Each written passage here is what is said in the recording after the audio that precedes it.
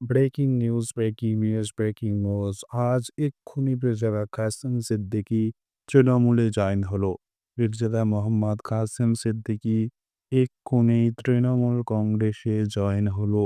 মির্জা কাসেম সিদ্দিকী কিন্তু সরাসরি রাজনীতির ময়দানে নেমেছে। রাজনীতির ময়দানে নেমেই তোলপাড়। এবার কি পাঙ্গা নেবে নওশাদ সিদ্দিকীর সঙ্গে? মির্জা নওশাদ সিদ্দিকীর সঙ্গে কি কাসেম সিদ্দিকী এবার পাল্লা নেবেন? আজকে হঠাৎ তৃণমূল কংগ্রেসের সোশ্যাল মিডিয়া হ্যান্ডেলে পোস্ট হয় যে তৃণমূল কংগ্রেসের বড় দায়িত্ব পেলেন ভিডিওর মাঝে সকলের কাছে একটি অনুরোধ, আইএসএফ সহ ভাইজানের সমস্ত রকম খবরাখবর সকলের আগে দেখতে আইএসএফ ফরএভার আমাদের এই ইউটিউব চ্যানেলটিকে সাবস্ক্রাইব করে পাশের ঘন্টাটি বাজিয়ে রাখুন। কাসেম সিদ্দিকী। কাসেম সিদ্দিকী কিন্তু সরাসরি তৃণমূল কংগ্রেসে বা রাজ্য রাজনীতিতে যোগদান করলেন।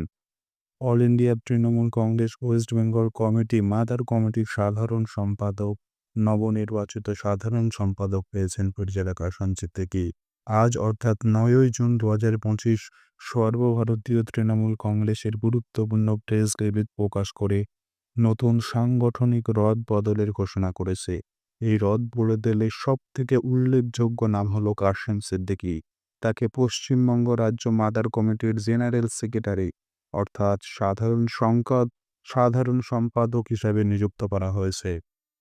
এই পদে কাসেম সিদ্দিকী অভিষেককে রাজনৈতিক মহল এবং দলীয় কর্মীরা অত্যন্ত গুরুত্বের সাথে দেখছে। দীর্ঘদিন ধরে তৃণমূল কংগ্রেসের সাথে যুক্ত থেকেও জনসংযোগ ও সাংগঠনিক দক্ষতায় নজর কাড়া কাসেম সিদ্দিকী দলের কিন্তু গুরুত্বপূর্ণ দায়িত্বে পেলেন আজকে।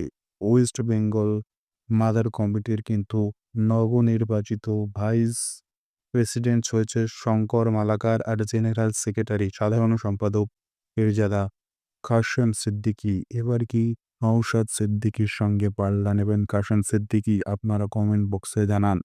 কাসেম সিদ্দিকী কিন্তু সরাসরি তৃণমূল কংগ্রেসে জয়েন হয়েছে। আপনারা এই বিষয় নিয়ে মন্তব্য করবেন অবশ্যই কমেন্ট বক্সে জানান, আর ভিডিওটি প্রচণ্ড পরিমাণে শেয়ার করে দিন।